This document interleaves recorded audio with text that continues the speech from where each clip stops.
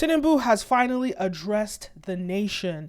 And while a lot of people are focused on the hardships, rightfully so, that are taking place in Nigeria, this channel is called Business in Nigeria. So I want all of us to focus on the opportunities. All right, so we're going to break this video down into multiple parts. On the first part, I'm going to talk about how these protests are affecting the Nigerian economy.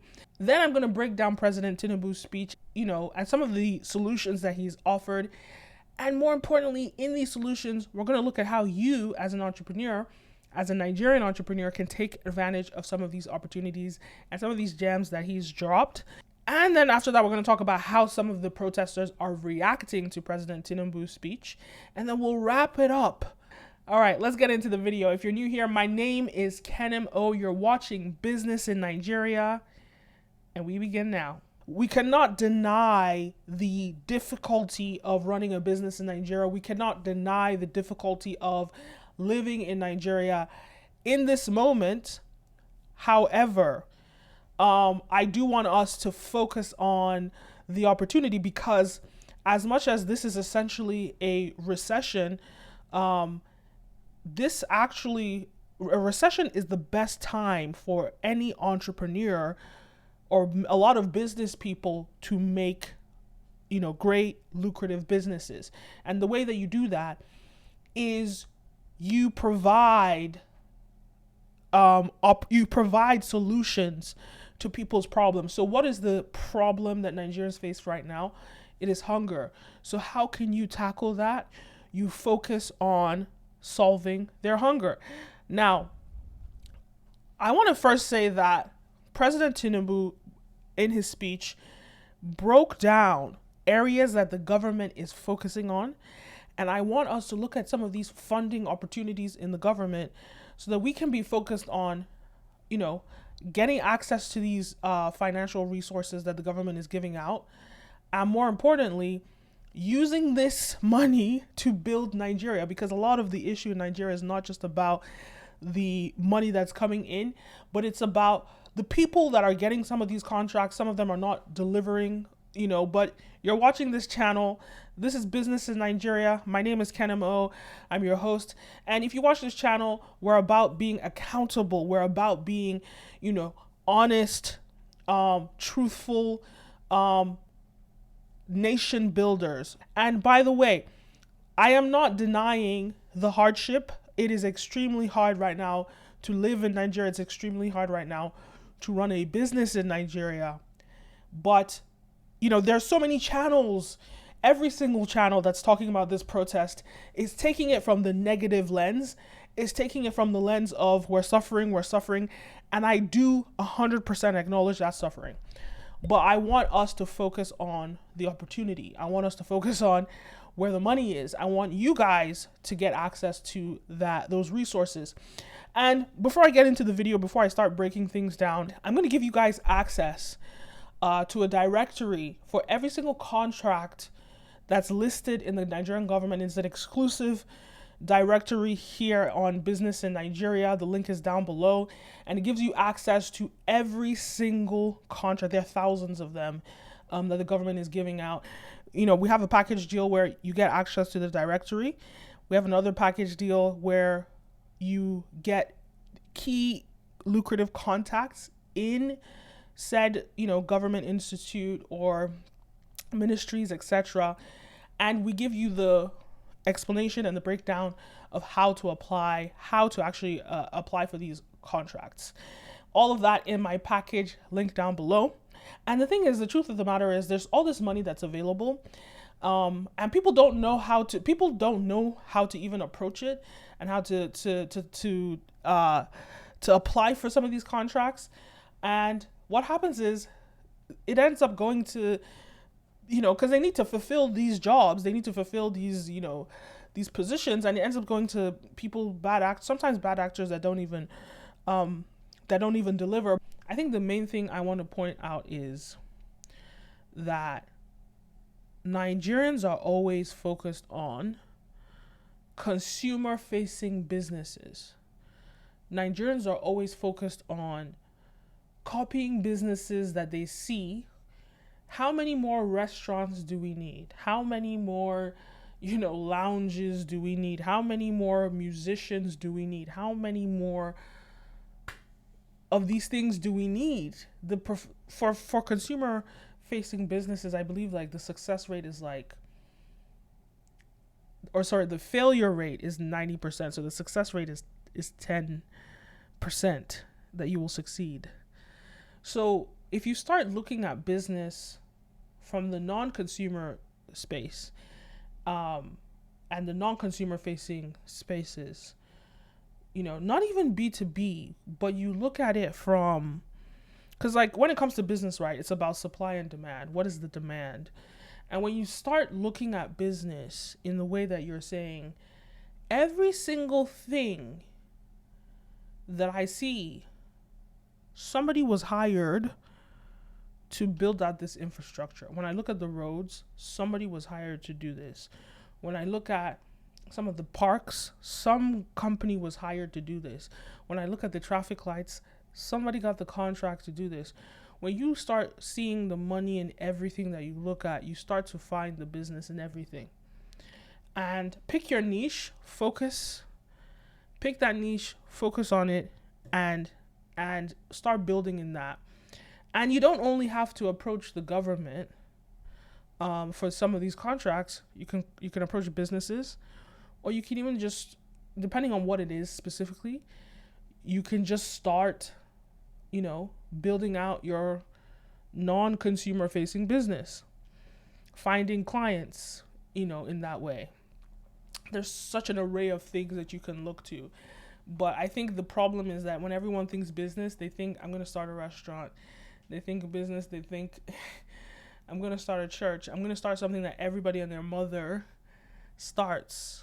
But when you start thinking about the back end, the things that actually run the world, when you start thinking about value chains and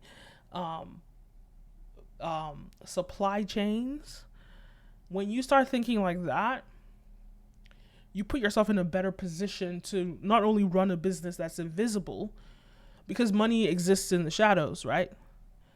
You put yourself in a better position. And that's why I want you guys to think differently. So I'm trying to direct you guys to look through government contracts and look in that way.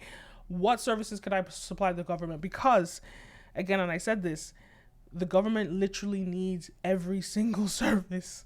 Like any service that you can think about, the government needs it. And there are thousands of these contracts that are available, but they end up not getting or going to somebody that's close, because somebody will just get like 10 contracts or something, someone that's in-house, because they can't find someone outside. So start applying to these contracts. First of all, let's address the elephant in the room. What are the financial implications of this protest? The protest is costing Nigeria about 350 billion naira a day. That's about $250 million a day. That is how much this protest is costing Nigeria. And furthermore, there's a lot that's going on around food inflation that we're seeing in the country. So we know that, the situation in the country, we all know it's because of the fuel subsidy removal that happened last year, when on the inauguration day, when President Tinubu took office. That fuel subsidy has removed the cushion for Nigerians to pay for, fuel, PMS, and, petroleum products.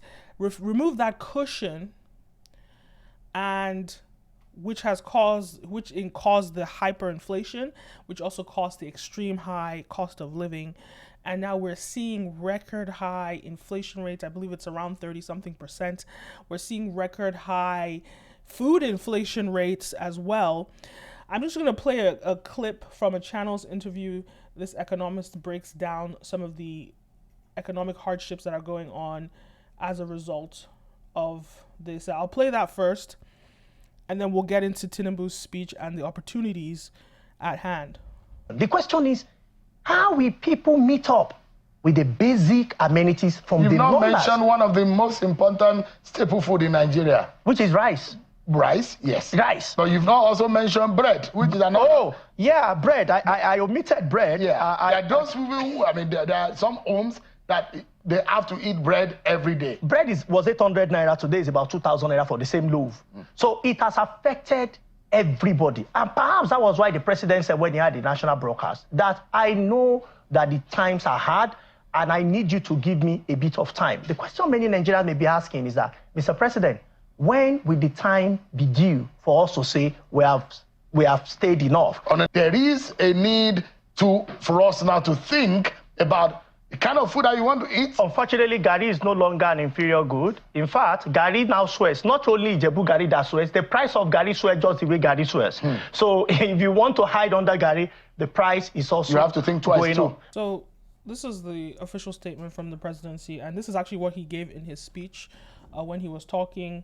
In the past 14 months, our government has made significant strides in rebuilding the foundation of our economy to carry us into the future of plenty and abundance. On the fiscal side, aggregate government revenues have more than doubled, hitting over 9.1 trillion naira in the first half of 2022, compared to the first half of 2023 due to our efforts blocking leakages, introducing automation, and mobilizing funding creatively without additional burdens on the people.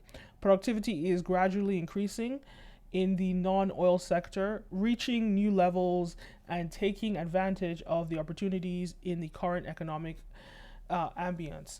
So I know that most Nigerians are going to see this and they can't eat, these words, right? They don't understand, what he's saying, but we are business people. We understand what is being said. My question around this data is new to me. And so how accurate is it? That's the question that I'm asking. What is the accuracy of it? Presidents around the world, political parties around the world, they overinflate sometimes, overhype their efforts, and sometimes they really are doing a lot and people don't see that at the same time. But it sounds like that's incredible. Hit over 9 trillion naira in the first half of 2024. That's incredible.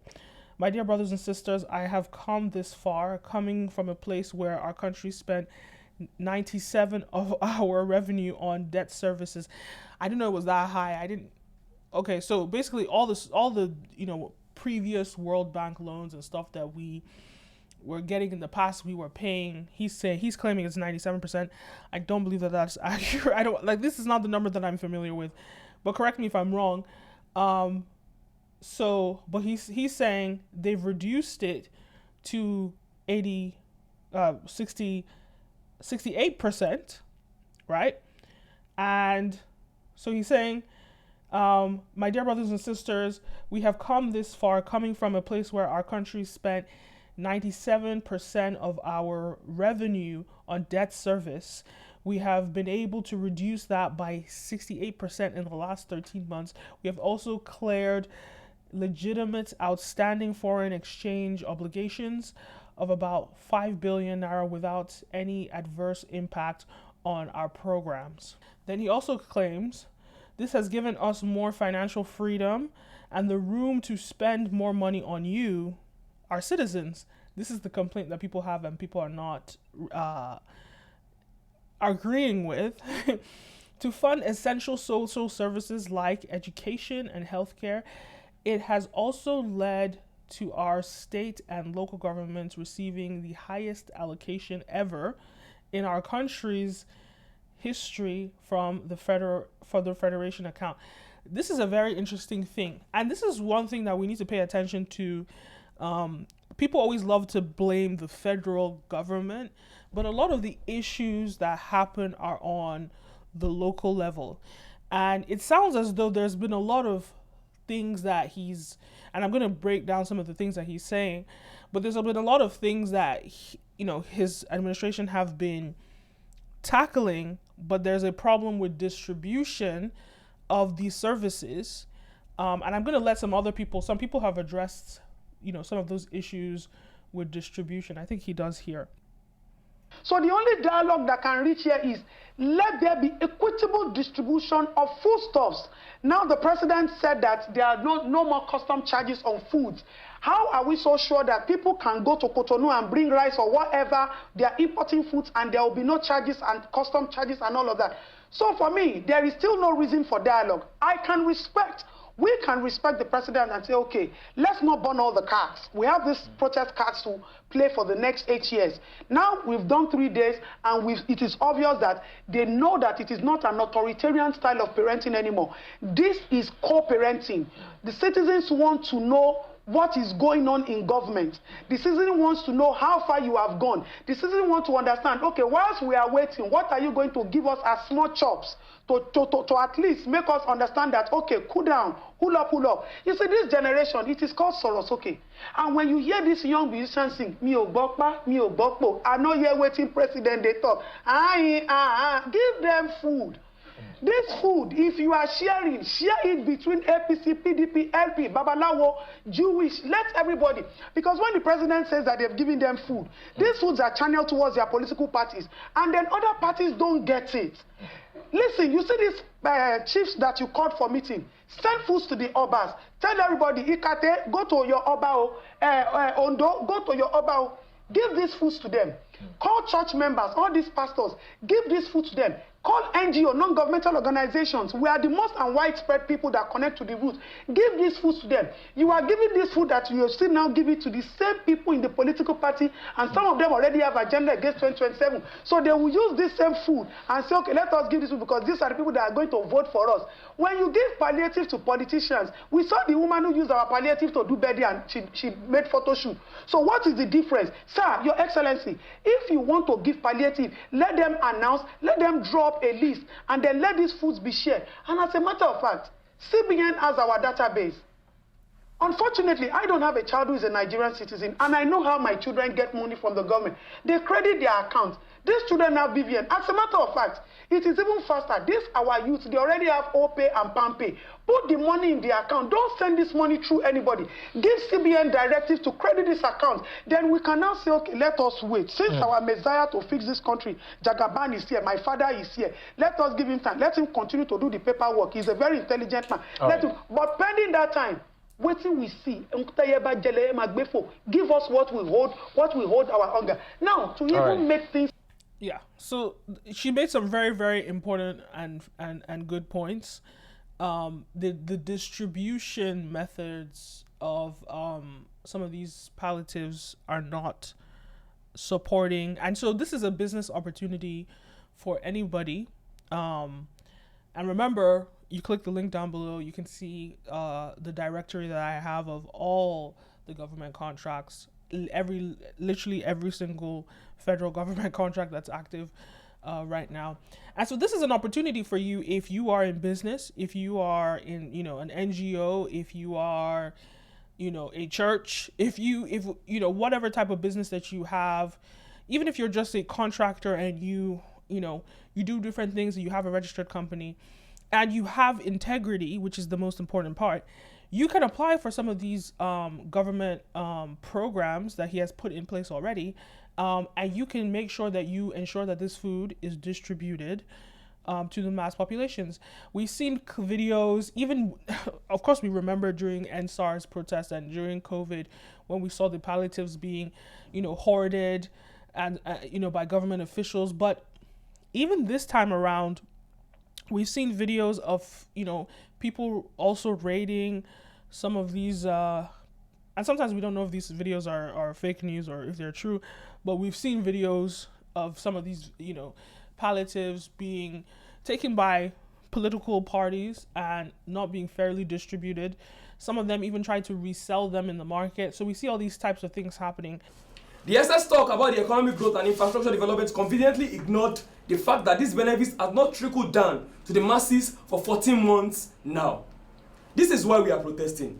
We are protesting because we want these economic opportunities and resources to be distributed much more fairly and equally to many Nigerians and not just a few elite Nigerians. We are protesting because we want our own subsidies like fuel subsidy, electricity subsidy, education subsidy, telecom subsidy, etc. especially in the light of the fact that Nigerian politicians have been doling out subsidies to their rich cronies in form of privatization, deregulation, deals, and contracts. When President Tinubu said we have come this far in terms of economic progress in his speech, he was only speaking about the progress that is largely exclusive to his small elite gang.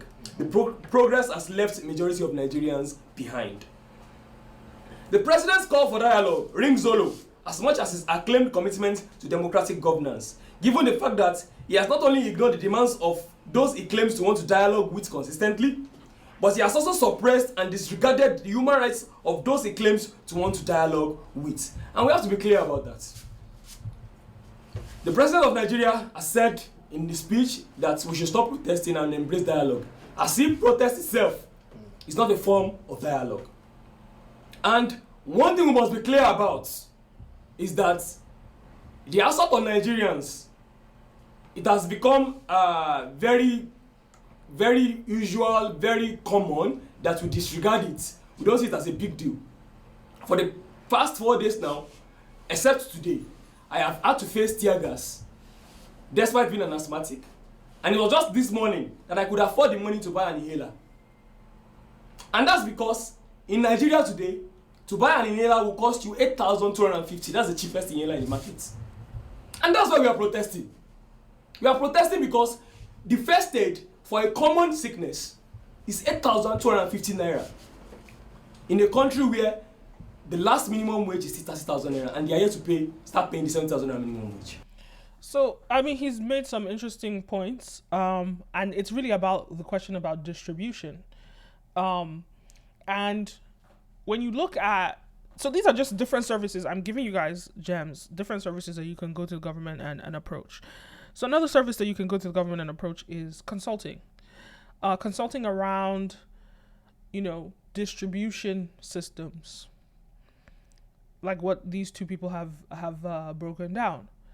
Distribution systems, KPIs, performance management systems, building it out for the government, accountability systems, boundary systems, which is under performance management, and so creating some of these systems in place. And if that's your expertise, if you work in those fields, or if you work in a company that does it, you should have an idea of some of the architecture around performance management. But this is like one of the core issues that we have in the country is the lack of accountability. And a lot of people blame the government, blame the president for the whole government, when some issues happen at the local level. And so that accountability, there's opportunity for these performance management systems across government, across different, you pick an institution. Pick an institution. And the contracts are there. They are available. Again, they are in my directory. Click the link down below. The contracts are there. You apply for the contract. So number 14, we have also embarked on major infrastructure projects across the country. We're working to complete inherited projects critical to our economic prosperity, including roads, bridges, railways, power, and oil and gas development sectors that you guys should look into. Notably the Lagos-Calabar Coastal Highway and the thing is, like, it's not just about getting the big contract, but also you could also find out who won the contract and approach them to be a subcontractor. I know that they have this in America. I don't think they have this in Nigeria, but in America, like, there's this sort of like, even if when you get a government contract, you are obliged to hire somebody else to fulfill some of this thing. You can't keep all the money. That's how they ensure that the money trickles down. Nigeria doesn't necessarily have that in place, but this is still an opportunity for you to, who is building find out which company, and I'm sure it's in the media, find out which company is building the Lagos-Calabar Coastal Highway. Try and figure out, do your research and figure out what do they need to build a highway? What services do they need? Because these people are looking for people to hire, and a lot of times they end up hiring people outside of the country. So you want to think, what do they need to build out this highway? And is this something that I can offer? Is there a service here somewhere that I can offer? And you always want to come with value, because the way you can position yourself to secure a deal is to ensure that what you're offering, the customer has a willingness to pay, WTP, but that willingness to pay is high, right? And what is the law of compensation? What is the need for what you do? What is your ability to do it? And how difficult is it to replace you? These are the laws of compensation. And so when you approach these subcontractors, give them a pitch that they cannot deny, and don't just approach one, approach multiple of them. So this is we see this Lagos. This highway has made a lot of has gotten a lot of attention, right? The Lagos Calabar Coastal Highway, Sokoto Badagry Highway projects will open in 16 connecting states. Will open up 16 connecting states, creating thousands of jobs and boosting economic output throughout trade, tourism, and cultural integration. So a lot of people, they see this, and I get where they're coming from. If these guys, I get where they're coming from, because it's like, oh, you're talking about in 10 years that when this highway is ready, or maybe who knows when it'll open up opportunities then. But what about now? What's the money that we can get now? And the money you can get now, as somebody that's a part of business in Nigeria, is you change your mindset and you approach these things in a different way.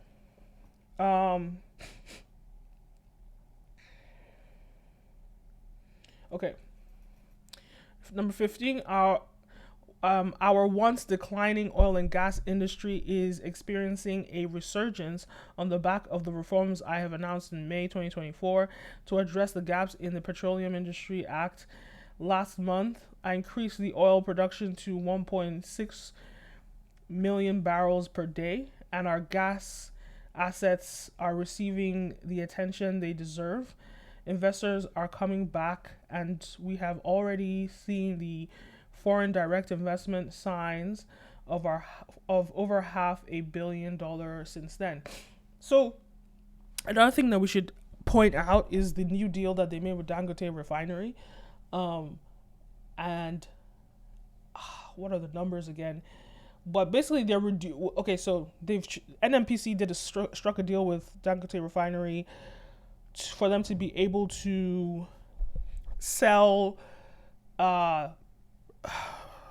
crude oil to Dangote Refinery in Naira, which is huge.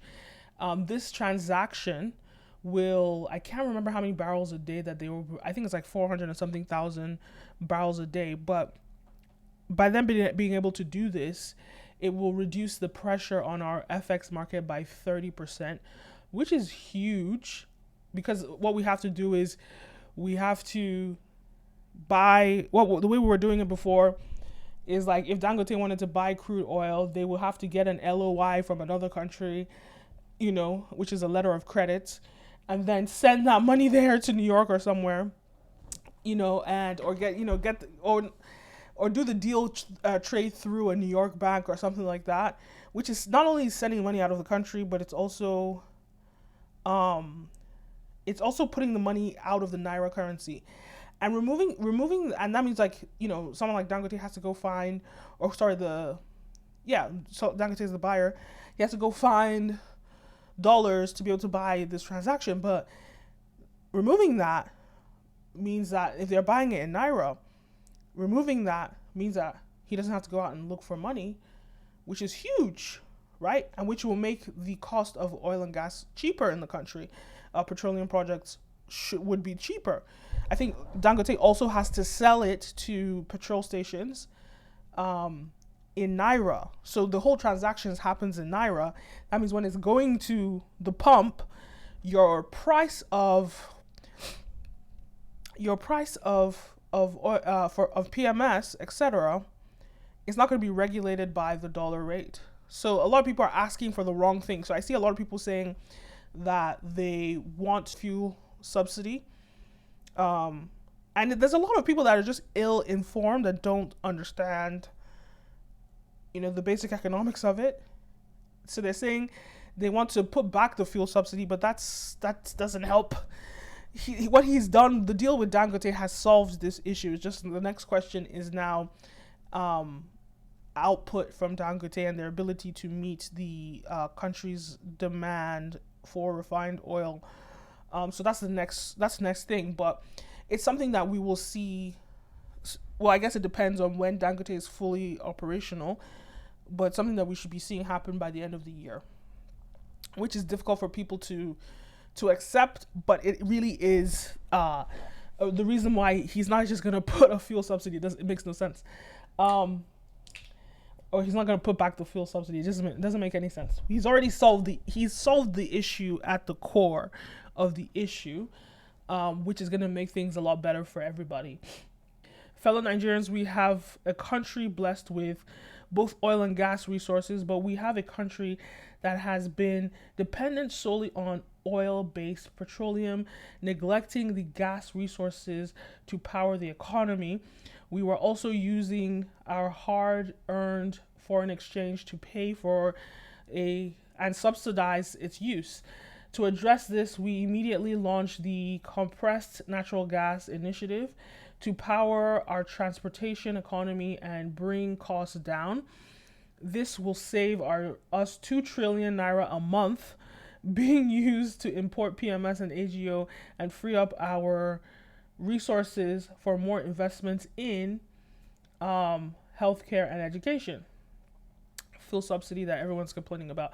Number 17, to this end, we will be distributing 1 million kits of extremely low to no cost commercial vehicles that transport people and goods and who currently consume 80% of the imported PMS and AGO.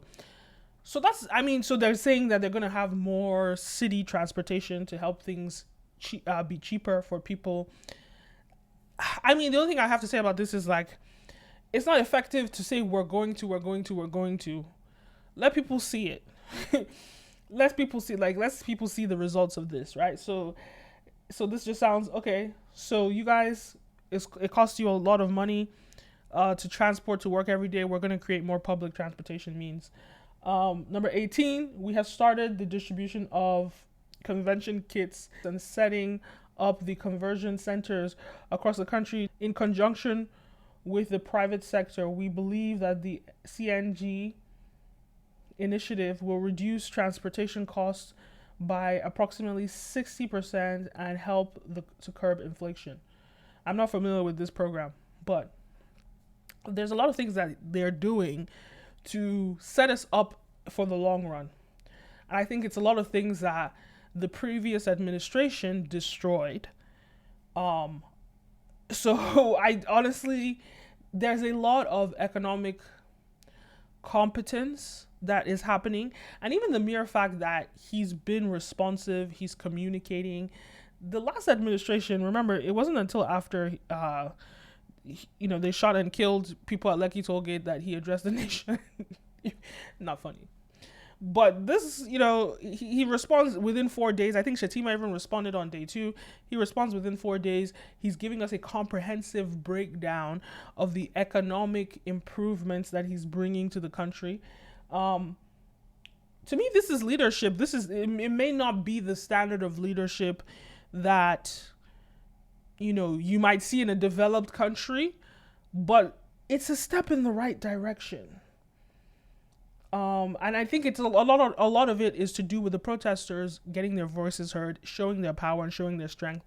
And I want to salute them. I want to congratulate them for being able to see the power that they have, the masses.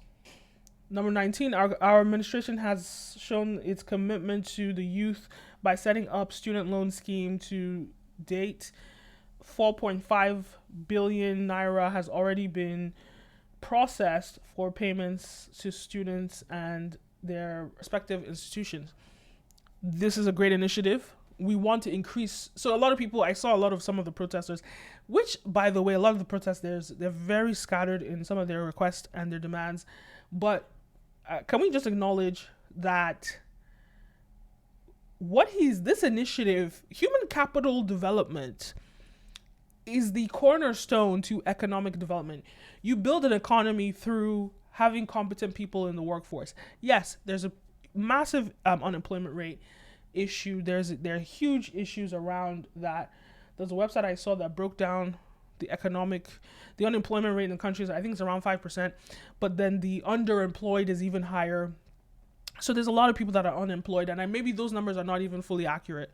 But there are these building blocks for the long run that they're building for the future of Nigeria, and I can see what they are doing. The problem is the people want solutions now, and I get that. And so this is where entrepreneurs, this is where we come in to solve people's problems. But let me keep going. Number 20, I encourage more of our vibrant youth population to take advantage of this opportunity. We established the Consumer Credit Corporation with over 200 billion naira to help Nigerians acquire essential products without the need for immediate cash payments. Making life easier for millions of households. This will consequently reduce the corruption and eliminate cash and opaque transactions. This week, I ordered the release of an additional 50 billion naira for each NEL fund, the student loan, the credit corporation, from the proceeds of the crime recovered by EFCC. Amazing.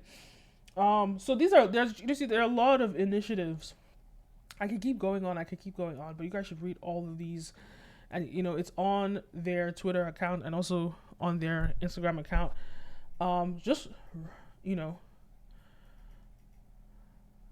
Here's the social media.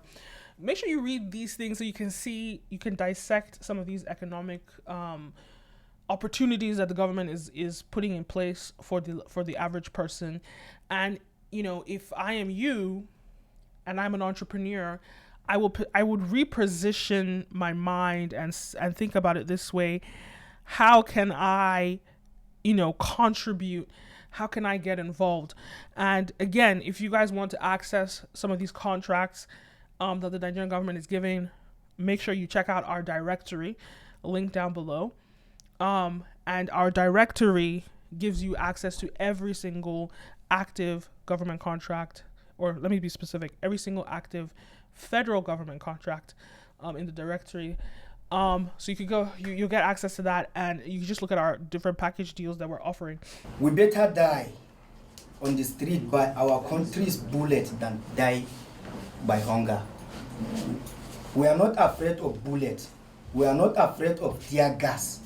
We are afraid of life without purpose.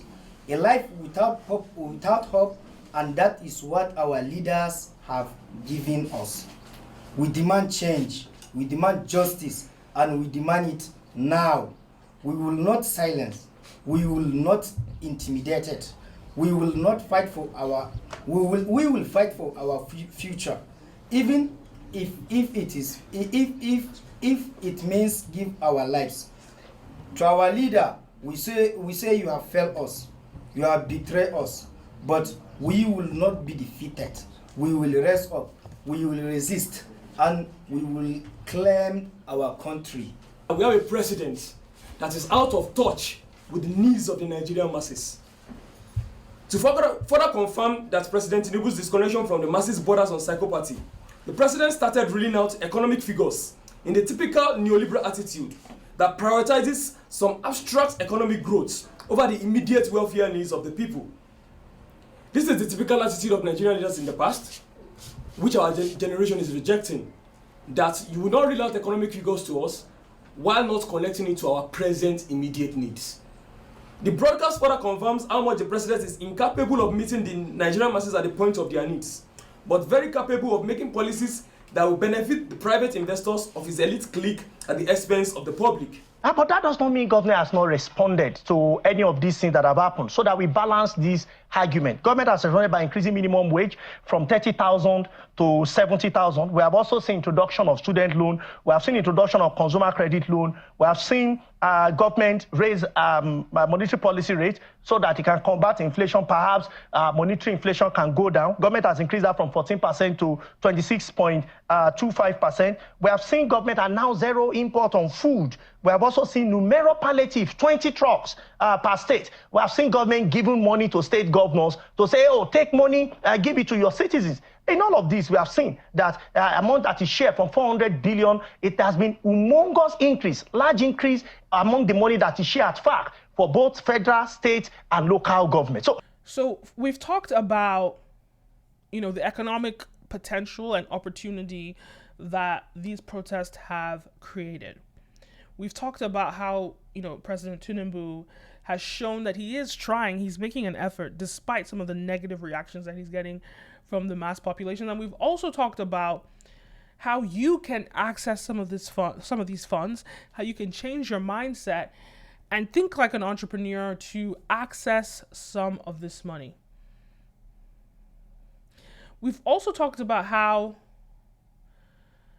the protesters have sort of rejected some of these initiatives. I think for the most part, when we want to build, a lot of the protesters, especially, some of those men that we saw speaking, they don't understand how government works, and you can see it in the ways that they are communicating their wants. And I think this is a great opportunity for dialogue and collaboration with those in government, whether it's even civil servants, people with some know-how, some knowledge, about how the government works, to work together with some of these protest groups to structure real lucrative asks that can take them to the next level. I can totally understand why Tinubu sort of like dismissed some of the asks, like, removal of or replenishing or putting in place the fuel subsidy again, when he's already fixed that in more long-term methods that we won't see the fruits of it now, but in the next maybe 6 months to a year, we will start to see the benefit of, that deal that they just put in place with Dangote Refinery. We're going to see that in, 6 months to a year.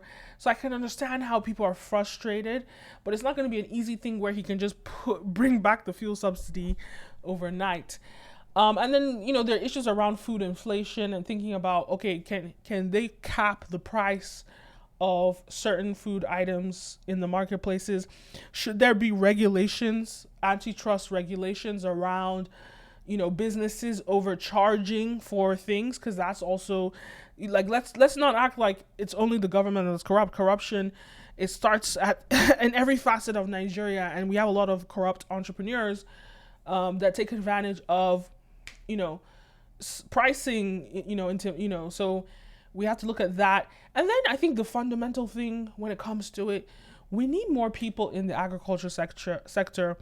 Agriculture is actually currently, I think, our biggest sector in terms of GDP. I think it contributes, it's a sector that contributes majority to the GDP. It's no longer oil and gas at all. And it's growing. And so that's an industry. Look, there are 200 million Nigerians. So if you can grow some essential foods, that is an industry that you should focus on. How can I get into the agriculture business? How can I either invest or start a farm or even start growing food, in my backyard? There are ways that you can get rid of rats and stuff in agriculture. How can I grow stuff? How can I learn? These are things that you should be asking, because when it comes to food, like the First Lady said, the immediate thing that solves hunger is literally giving people food. So what if food was free for every Nigerian? So that's something, again, that people, I believe, should look into. That's my take on that. Let me know your take. Do you agree? Do you disagree? Make sure you leave a comment down below. Don't forget to like, follow, subscribe, all the above. You're watching Business in Nigeria, and Remember, guys, if you want to access some of these government contracts, click the link down below. You can find out, you can get access to my directory that has a list of every single thousands and thousands of contracts that are active and being awarded by the federal government. You also have a package deal that will allow you to get contacts for who to contact for a said contract, as well as how to pitch for a winning contract pitch. Click the link down below for that. Thank you guys for watching, and I'll see you next time. A peace.